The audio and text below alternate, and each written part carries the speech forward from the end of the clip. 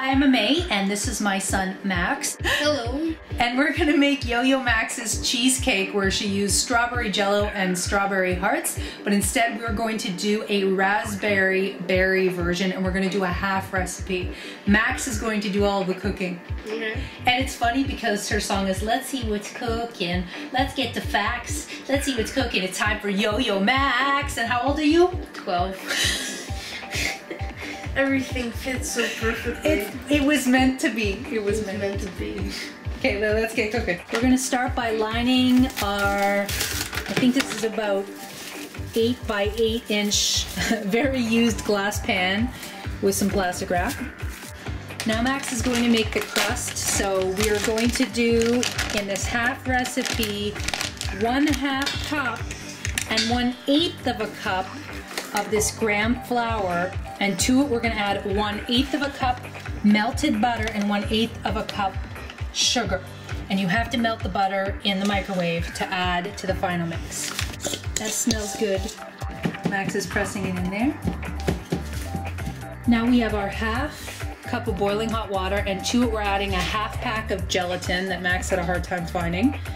So he's going to dissolve it because, again, we're making a half recipe, and he's going to just stir it until it's completely dissolved. Max is about to add the whole package of light cream cheese. We're doing a light version. A block of cheese inside the boiling water.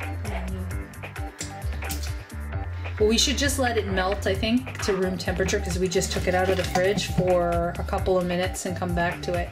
And now there's still lumps in it, but I'm slowly getting them out.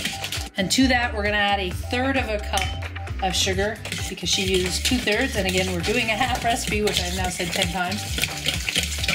Oh yeah, that smells good. So that's about that much. After stirring this for a really long time, we're now ready to put it on top of the crust and then put it in the refrigerator to set for a good 2 hours. It's time for Yo-Yo Max. 12. You have that in your hair, Max. Great.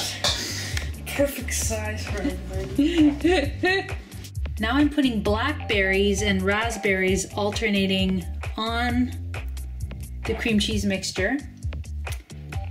And ultimately it did set, so I was wrong to be suspicious. And like I said before, I let these berries thaw so that a lot of their liquid would come out. So I'm just gonna keep alternating that. And then I'm gonna put it back in the fridge, and once I take it out, I'm going to pour Jello over top of it. Now we're going to make raspberry Jello according to the package instructions. Carefully pour the Jello mixture over the berries, making sure the berries don't float up. I think we want to cover the berries, so these bubbles will generally dissipate, but if you want, you can take a spoon and skim off the bubbles, but they should dissipate as the Jello sets. And so now, Max is gonna lick the fork in the bowl clean. No, I'm not. And we're gonna put this into the fridge to set. So you lift it out. Pretty impressive. So you get a piece of dental floss to cut it like Yo-Yo Max said, to make straight lines, and you just work it all the way down because it cuts better than a knife, which will destroy your beautiful Jello. So I'm just cutting it wherever there's berries because I have people who already want to eat this in the morning. So I'm just gonna finish cutting this and I'll plate it, take a photo. Haven't even eaten it yet, and I know I'm gonna love it. Thank you, Yo-Yo Max. What'd you think of the pie, Max? It was delicious. Thank you, Max. From Max.